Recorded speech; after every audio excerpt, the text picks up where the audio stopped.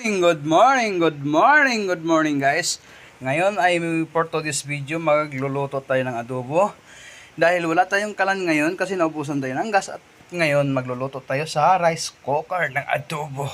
Ito ang manok na may kasamang baboy, aadobohin natin. Kung paano natin lutuin, panoorin nyo. Una guys, lalagyan muna natin siya ng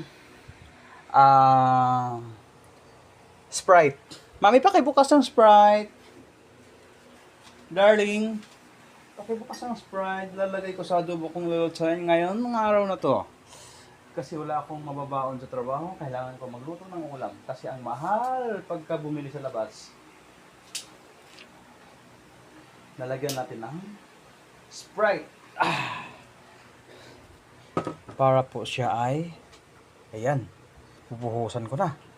Gano'ng karami ba yung Sprite? Ganito lang siya karami. Yan. Yan. Kailangan kumulo siya. Maraming bawang Tapos guys, lalagyan ko siya ng bawang. pamintang laurel. Pamintang laurel. May tubig yan? Wala. Sprite lang yan. And now, lagyan natin siya ng sibuyas at saka bawang. Bawang. Bulol naman ikaw mong salita. Bawang. And now, dahil pakialamira yung asawa ko, siya ang naglagay ng toyo at saka paminta at saka laurel. May toyo na yan, may laurel na yan. Kaya ayun, sinabi ko na lang. Kasi wala na akong makipakitang toyo. Wala akong pamintang nilagay. Ayan, meron. Pahingi ako ng panghalo. Kasi ay hahaluin ko siya. Ikaw lang ang tagalutong may assistant. Tapos, hahaluin ko siya. After a few minutes, ay maluluto na to. Kaya guys, takpan ko na. Okay.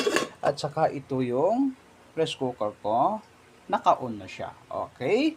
Abangan nyo ang pagkaluto ng masarap na adobo. Okay. Ayan na guys, kulong-kulo na yung magiging adobo. Oh, diba? Kita nyo, super kulo talaga. Mamaya-maya, maluto na yan. Kahit gutom na ako. Okay?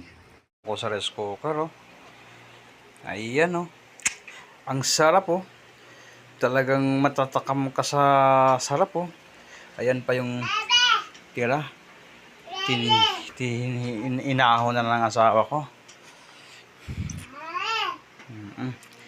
Tapos ngayon guys, mamimigay tayo ng ulam. Kasi nga, mayroon tayong ulam, mamimigay tayo ng ulam. Gawin natin, ibigay natin yung iba. Dahil tayo ay mabait, mamimigay tayo ng ulam.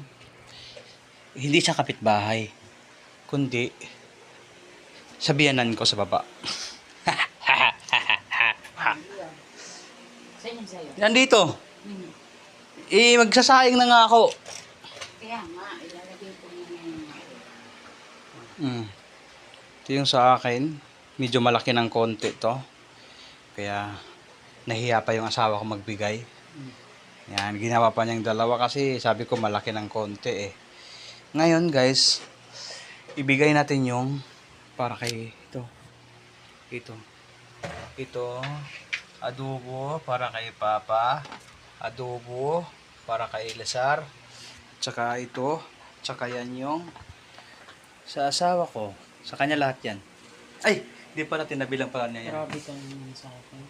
Ngayon, yung ulam ni Eli dito ko ilagay, yung ulam ni Papa ibababa ko. Tanggalin mo yung sabaw, mami, kasi magsasaing na ako.